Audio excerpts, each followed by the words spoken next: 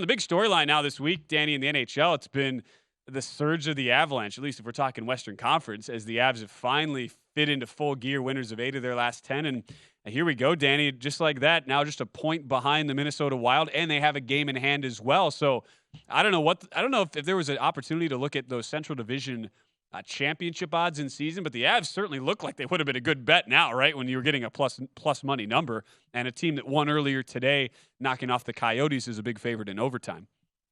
Yeah, the Avalanche are an interesting bunch right now. And a lot of the issues that they've had circulate around the fact that they have not been healthy pretty much this entire season, yet they've still been able to generate success and find themselves in the 4th spot in the Western Conference right now. Georgiev has been a really solid goalie, metrically speaking, too. He's been a stud, and he's been a large reason to why Colorado's been able to get over these humps of the adversity with the injuries that they have, a lot of them on the defensive side. I'm not willing or really just wanting to invest in this Colorado team in the futures market for a couple of reasons, Ben. And one is just the fact of how hard it is to replicate success in hockey. We know how hard the league makes it for these teams to go back to back. It's fortunate to have the Blackhawks have their dynasty, but still, it was no easy path. But it's also that the price right now, Ben, I mean, it's not really tempting with the Avalanche plus 650 I'm seeing here in Illinois at BetMGM to win the Cup. To win the conference, they're 3-1. And look, the West has a lot of parity filled, and it's really anybody's race throughout that conference. And there just hasn't been that much consistency out of Colorado. And that doesn't mean that they can't get healthy at the right time and just hit on all cylinders and get back to the Stanley Cup Finals. I get that. I really do. But at some point, I feel like they're going to have to fall short because they haven't had the same kind of path that they did last year. They haven't had all their guys playing at the same time.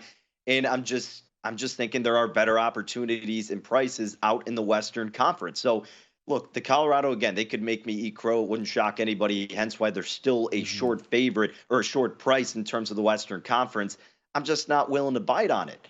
I like the Edmonton Oilers here, Ben, and I know a lot of people do, and they're one of the most exciting offenses with Connor McDavid. He got Draisaitl and the rest of the crew, and they did add some pieces defensively that hopefully can help them get by throughout the postseason. Stuart Skinner's a solid goalie. I wouldn't say he's a guy you necessarily are eager to hitch your wagon to, but that's how good their offense can be to give them that opportunity. I believe the price I got invested with the Oilers was like 6-1 to win the West. We talked about it on the podcast like a month ago. It's a good number. I know Andy was invested on them too. And yeah, because now you're seeing like plus 450. If you get 5-1, I still think it's worth it. And look, if you bet plus 450, I'm not going to tell you not to do it or that it's bad, but just because it was hanging around 5-6-1 a couple weeks ago for quite some time, that's the only reason I wouldn't be recommending it as much per se.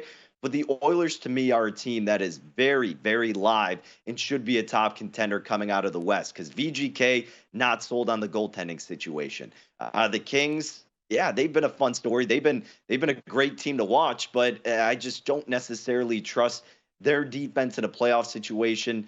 Just not in love with their squad entirely. Minnesota doesn't have the offense to get it done. And Gustafsson, Fleury, who are you going to trust? I mean, do you go with the vet and the playoff experience in Fleury? Gustafsson's been better, so you kind of almost got a trouble in paradise there situation. Dallas, Ottinger helped carry them through the postseason last year, but they've been back and forth. Not a team playing their best hockey right now. Kraken may be a year too early. And Winnipeg, no chance I'm trusting Winnipeg. They're just at the bottom of the conference. They don't play well on the road, and that's why I just think after all that being said, Edmonton fits the bill. They got a good price. They got a good team. Let's hope their defense isn't a complete liability and they can easily find themselves in the Western Conference Final. Yeah, seeing the Oilers 4-1 now. DraftKings is the second choice behind Colorado at plus 275. Golden Knights as leaders in the Pacific 5-1. Then you get that next set of team Stars 6-1, Wild and Kings 9-1. Yeah, the one that interested me was the division winner market where you can still get Colorado plus 130. Third easiest strength of schedule, final 10 games. Avalanche get 2 more games left against the Anaheim Ducks, 2 more games against the San Jose Sharks. So they are going to be at least a $3, if not bigger, favorite in all those games, Danny, down the stretch with how bad San Jose and Anaheim have been this year.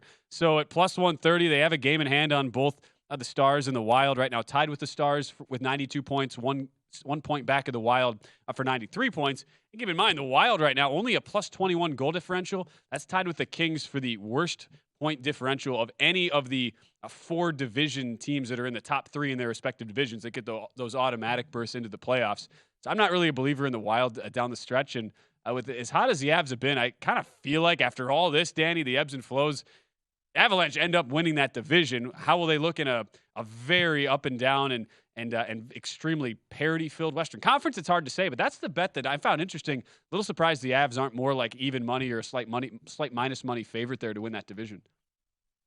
Yeah, I guess it's just tricky to the end of the regular season again with Colorado, a team that's been dealing with a lot of injuries. But you're right. I mean, that price is very tempting in the schedule at the end of the year.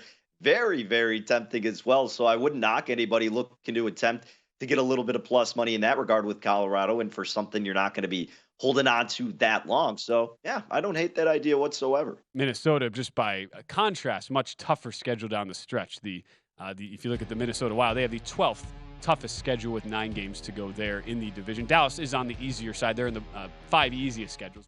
Visit VSiN.com to get current odds, listen for free, find showtimes, and download VSiN sports betting podcasts.